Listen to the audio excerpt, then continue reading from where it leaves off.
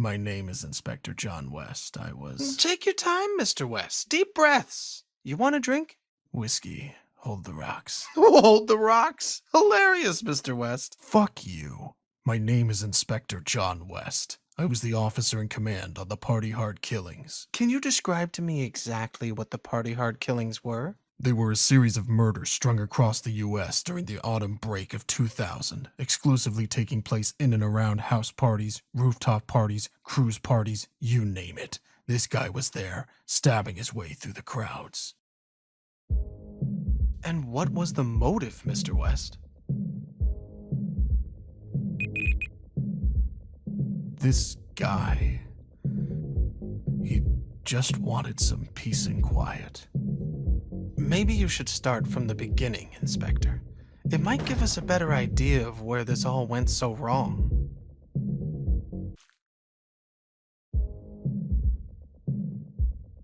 One of my officers responded to a call near North Beach. It was the end of April, so typically a bunch of the college kids in the area were getting hammered instead of prepping for their finals. If only the stupid bastards knew. You arrived at the scene after the assailant had fled, correct? A little after 3 a.m., yeah.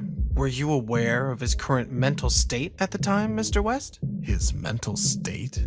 His confusion, the blood dripping from his hands, like someone else was driving him forward, yet a bright light leading him onwards. I heard that bright light, as you so eloquently put it, was just a bunch of biker trash scumbags in search of lost souls. Guess he must have hitched a ride with them somehow. Perhaps it was when they realized that the party was already dead. Excuse the pun. Speaking of dead, wasn't your daughter Katie at that party, Mr. West? Seeing her blood zigzagging between those bathroom tiles, it was like a sledgehammer using my stomach as a welcome mat, drowning without water. Jesus. She was so messed up that I couldn't even ID the body.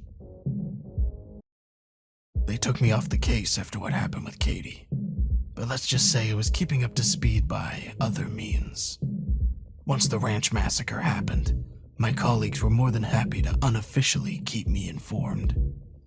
It seemed obvious to me that this was just the beginning, and I had Las Vegas down as one of the contenders for the next attack.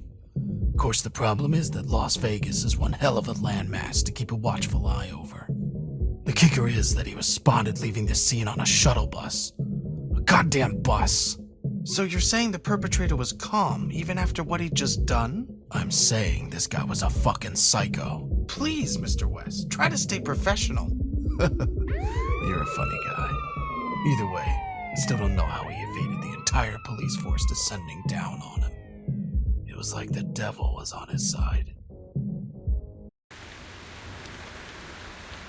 The Vegas killings were the ones that really threw this son of a bitch into the spotlight. That's when the papers started calling him the Party Hard Killer. 2 massacres in one night. He had the gall to stalk the streets with cops all around him, sectioning off the city, and he'd simply pick another spot to call his killing ground. But you know, Mr. West, the city, this living, breathing organism doused in lights and scars, it can really bring feelings bubbling up to the surface for some people. Is that so? Why a roof party then? It made no sense with his MO. On the contrary, Mr. West, I'd suggest it made perfect sense, being so close to the sky, yet behaving like worms. Perhaps he felt that those people simply deserved to be back in the dirt, where they belonged. And then, there was nothing. Months and months of goddamn nothing. Just frustrating goddamn silence.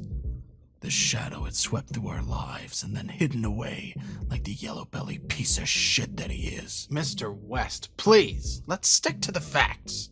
What do you think he was doing during this time? Damned if I know. Tell you what, though, those months dragged and dragged. The papers wanted names. There was severe public unease. The police force was a laughingstock. You'd never guess that one single sicko could rip this country apart so badly. And then one day, out in the desert, there was an encounter. What kind of encounter? A guy driving late one night told us he nearly hit this guy who stepped out in the middle of the road. Apparently, he didn't say much, although the driver was in shock, as you'd expect.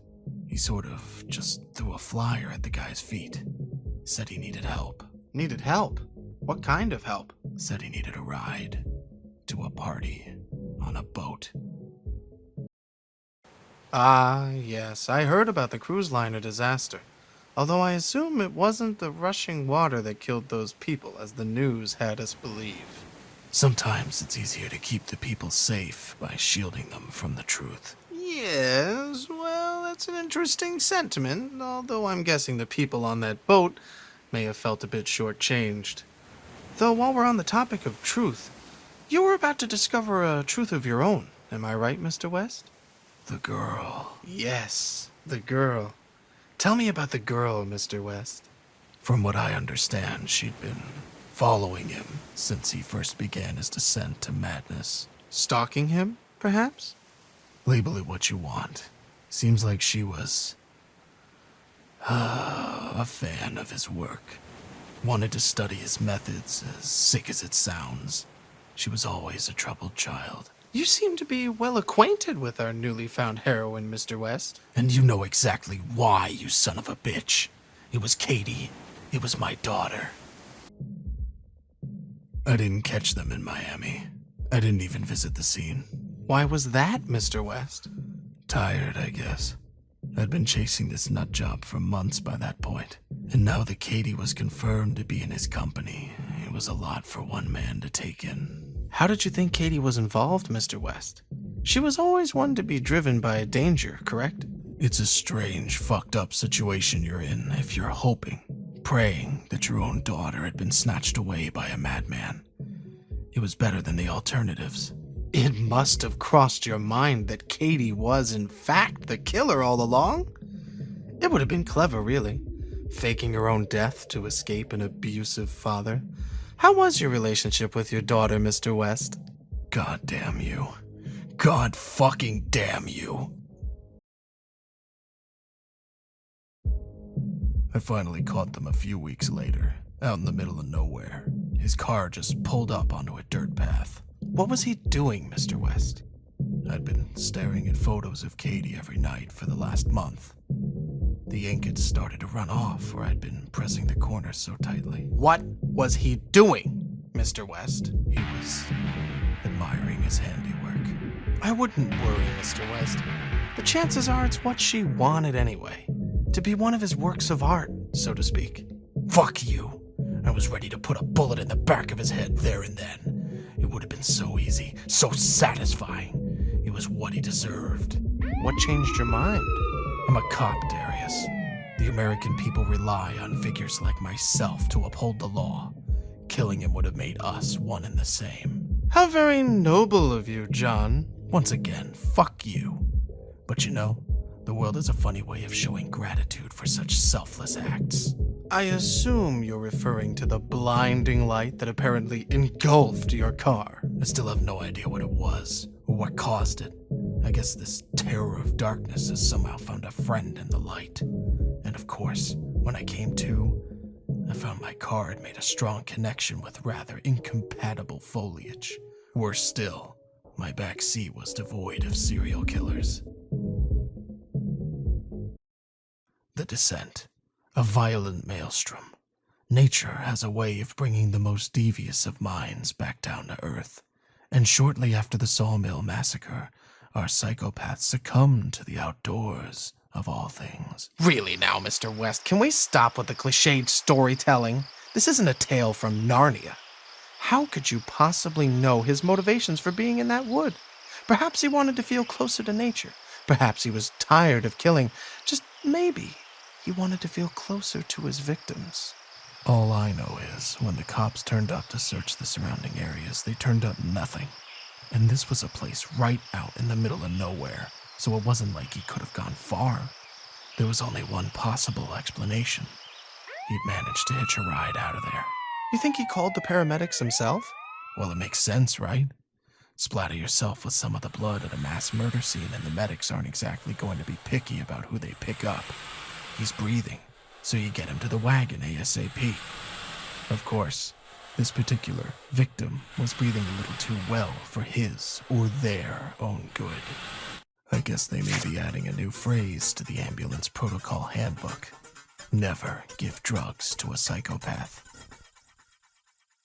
Raft continued onwards for the next few weeks at pretty full force. As I understand it, his newfound experience with medicinal drugs really got him fired up, correct? He just became unrelenting, and the public were completely losing confidence in the police force.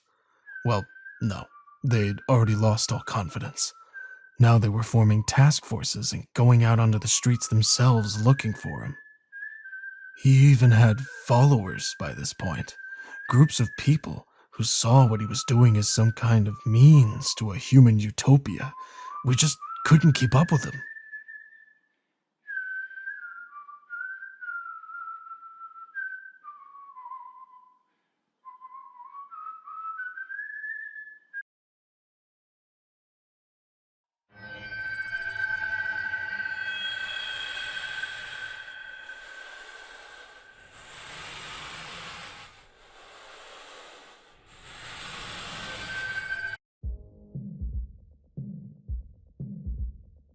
We're getting close to the end of the story. Isn't that right, John?